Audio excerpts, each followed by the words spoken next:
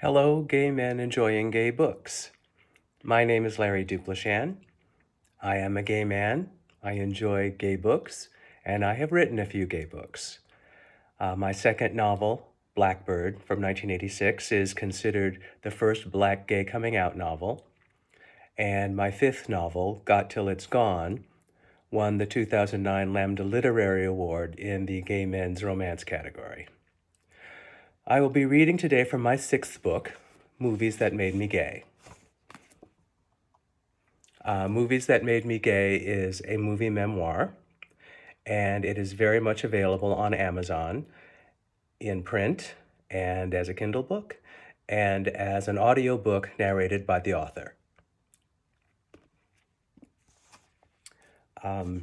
This is from the introduction of Movies That Made Me Gay regarding the title of the book, because to my great surprise, not everybody gets the joke.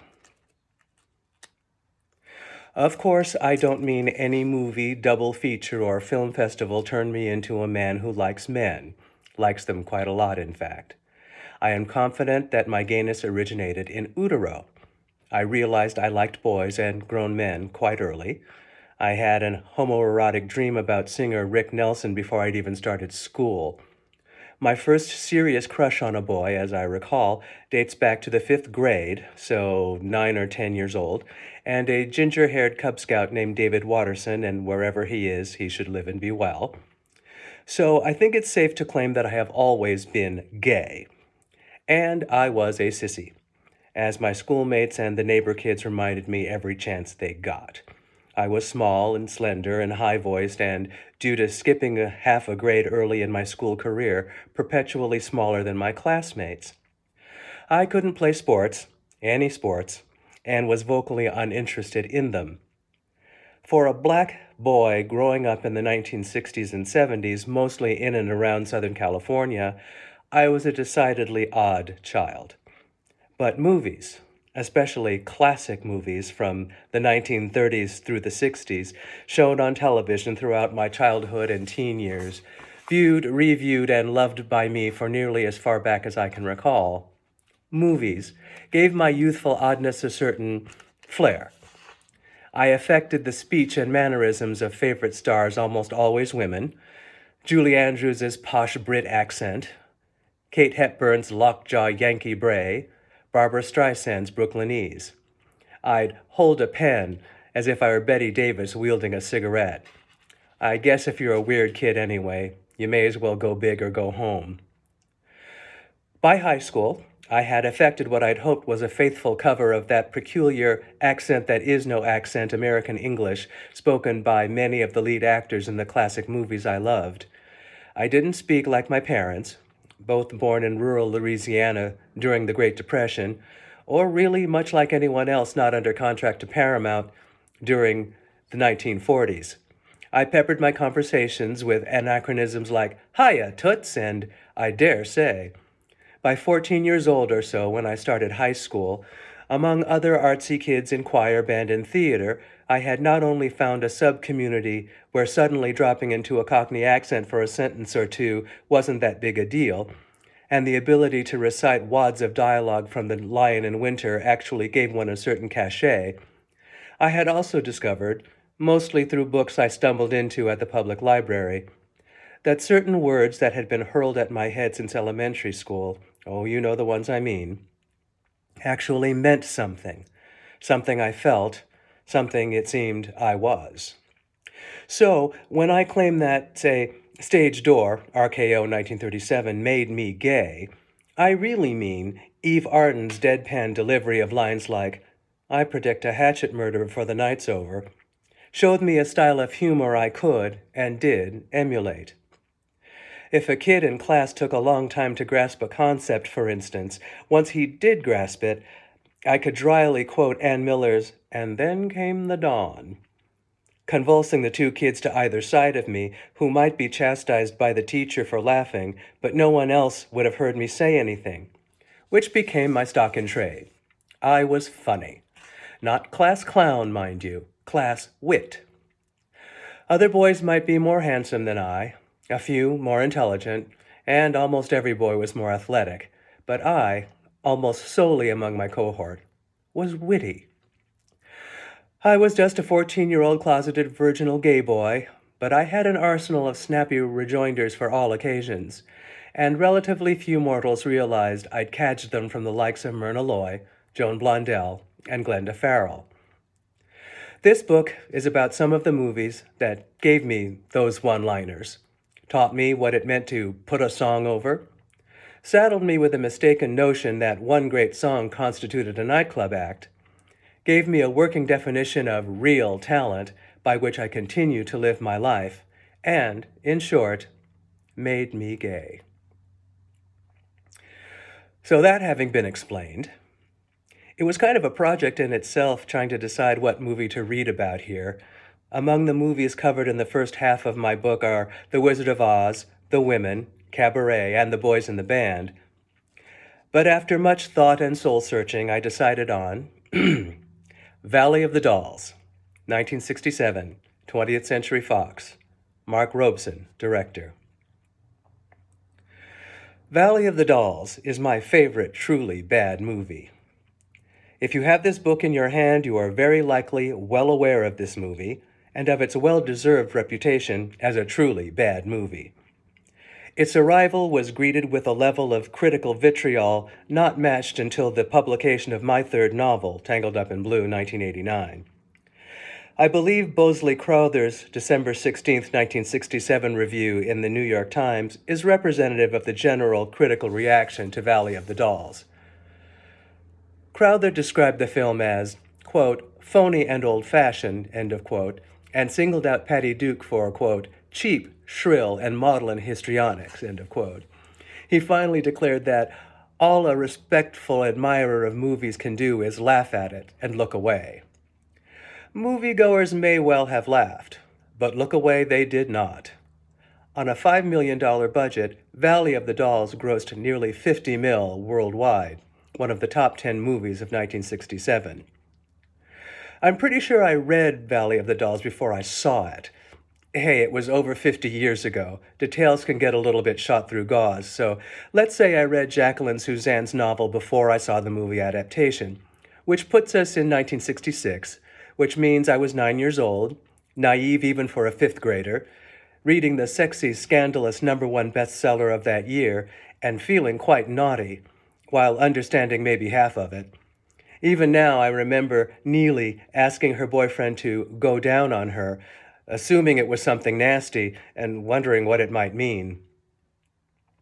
Even if I hadn't been a secret reader of adult novels while still in elementary school, the September 5th, 1967 issue of Look magazine, my mom subscribed, would have alerted me to the movie version of Valley of the Dolls. The cover story was entitled The Movie Dames That Play the Dolls, and the referenced dames were Barbara Parkins, whose name I remembered hearing while trying to get to sleep while Mom watched the nighttime soap Peyton Place, Sharon Tate, whom I didn't know, and Patty Duke, whom I loved like my 9-year-old life itself. The Patty Duke Show came into our family room at 8 o'clock every Wednesday night on KABC Channel 7 Los Angeles. It was wholesome family fare about a wholesome family, the Lane family of Brooklyn Heights, New York. Patty Duke played the dual role of Patty Lane and her look-alike cousin, Kathy. And yes, you might well remember the look-alike cousin subplot repeated in Bewitched and I Dream of Jeannie. If you actually have a look-alike cousin, I would love to hear from you. My little brother Lloyd and I both loved the Patty Duke Show. Heck, I still remember every word of the theme song, and we were both surprised and each in his own way interested to open Look magazine and find photos of our Patty sitting in bed wearing only her bra and a half-slip. Shortly after this discovery, the September 5th, 1967 issue of Look magazine mysteriously vanished from our coffee table. As I recall, I first saw Valley of the Dolls on the $1 Million Movie on TV, probably in 1968, watching it as many as 5 times in 1 week, by which point Lloyd and I were tossing Valley of the Dolls quotes at each other like a couple of middle-aged queens on their second or third Cosmo at a West Hollywood brunch. Mostly Patty's lines. I'll leave this stinkin' show with dignity. What do you know? It won't even go down the John.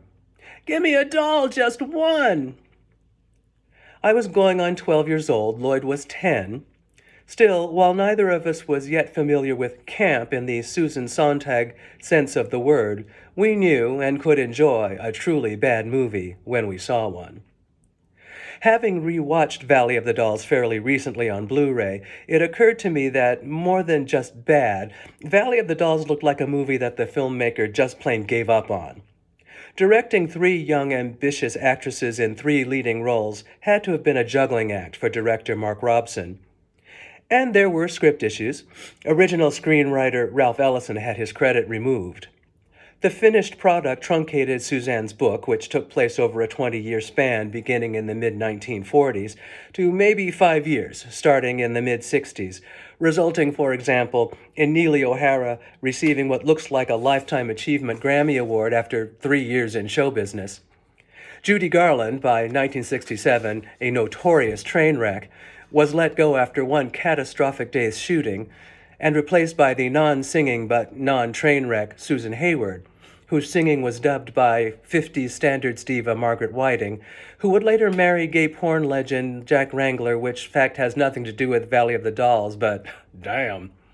So yeah, Robson's plate was full. But seriously, did Robson ever listen to those songs? Blessed mother of Cole Porter, those songs are crapola. Okay, I will entertain arguments in favor of Theme from the Valley of the Dolls, which was a hit record by Dionne Warwick. Personally, I don't think it's much of a song, but it's tough to argue with number 2 on the Billboard Top 100. But for the most part, Andre Previn's tunes seem to wander until they lose themselves, and his then-wife Dory Previn's lyrics often border on nonsense. So when Neely proclaims Try a Little More is the best piece of material in the Broadway show she's about to be fired from, I always want to yell, "That's too bad." The song Neely sings at the telethon, It's Impossible, goes nowhere in particular in three-quarter time. Fortunately, we can watch those two necklaces making cat's cradles on Patty's boobs, lest it should be a total loss. I'll Plant My Own Tree, lip-synced by Susan Hayward as Helen Lawson, might be the worst of the lot. A muddle of a metaphor about, heck, I don't know what it's supposed to be about. It's my yard, so I will try hard. Judy Garland's recording is on YouTube. Not even Garland could salvage that turkey. As for Tony Scotty's ballad, Come Live With Me, I just can't. But as a quick sidebar, in Tony's nightclub scene, he seems to sing Come Live With Me, make goo-goo eyes at Sharon Tate, take a bow and leave, which gave 12-year-old me the mistaken idea that one song constitutes a nightclub act. Spoiler alert, ain't so. And while we're talking music, Neely O'Hara is supposed to be a great singer. Not good, great. It's a major plot point. Unlike secretary-turned-cosmetic spokesmodel Anne, Barbara Parkins, Neely is an average-looking girl who shoots to stardom because of her singing. So naturally, Robson cast non-singer Patty Duke, and then dubbed her with Gail Heidemann, who was a perfectly fine singer. But not superstar caliber by any stretch. She was no Barbra Streisand. Heck, she wasn't even Lana Cantrell. And I get it. Best intentions notwithstanding, sometimes things just don't work out. The middle-aged film legend you hired for marquee help implodes on her first day of work. Not your fault. The Oscar-winning ex-child star you hired to play the character said to be based on the imploded legend turns out to be a 5'2" bundle of insecurity who spends her downtime at the concession table hoovering glazed donuts. Maybe not your fault. Patty Duke claimed Mark Robson treated her like dog dirt, but hey, I wasn't there. But when a shot of what's supposed to be Patty seen from behind shows the shadow of a girl with a boyishly short haircut and the next shot shows Patty with long hair and a ponytail, that is the director's fault. When Tony Polar announces to his wife and sister that the studio dropped my option, and the scene ends with the sister, Lee Grant, suddenly saying, I'll heat up the lasagna, and leaving the room, my guess is that a certain twice Oscar-nominated director has officially ceased to care. When Neely flops onto a leather chair and props her feet up on an ottoman, and the bow pops off of one of her shoes and falls to the floor, and they leave it in, I'd say the director has officially run out of fucks to give. And, of course, 50-plus years later, with only Barbara Parkins, who has steadfastly claimed to hate Valley of the Dolls, left alive of the principals, This overwhelming sense that all concerned had washed their emotional hands of the project long before it wrapped is part of what makes it so much fun to watch. Over and over again, alone or with friends. And believe me, I have. Thanks so much for your attention. And remember, Movies That Made Me Gay. Available on Amazon.